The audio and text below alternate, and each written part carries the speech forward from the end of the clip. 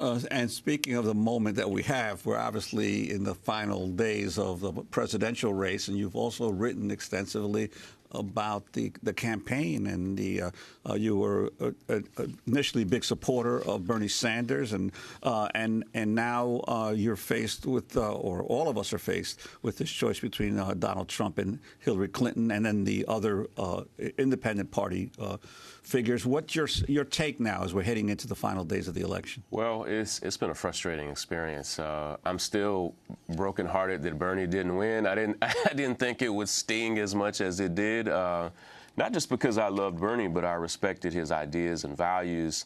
I don't really see those ideas and values so much in either major party candidate. I joined Bernie in this idea that it was essential for us to stop Donald Trump, and I believe that. I believe, as many others do, that he was as grave a danger as we say he is. I don't believe he'll win, but I believe all of us will have to go out and vote and do what we have to do to stop him, for sure, yeah. I've always wondered if Donald Trump, if Bernie Sanders had gotten anything like the television attention, the media attention of Donald Trump. Sure. I mean, the studies that showed back in 2015 what Trump got like 28 times. And then you still had Bernie Sanders getting these massive crowds. Sure. With no amplifying of his view, very little in the corporate media until the very end. What that would have meant is now the media decries whoever created Donald Trump, which, of course, was them. Absolutely. Well, I think there are a lot of lessons we learned there. One, Bernie still won 21 states without that. And I think what a lot of us are taking is that there is a progressive movement in this country that came very close to having Bernie Sanders elected without the media machine behind him. We learned a lot of tough lessons. We learned a lot of things that we'll have to adjust if we go back to the table again. But none of us are really pleased, at least no true progressives are pleased with Hillary Clinton's platform or commitment, even on issues of police brutality. I have grown to believe that she does care, in part because she has spent a lot of time with families affected by police brutality.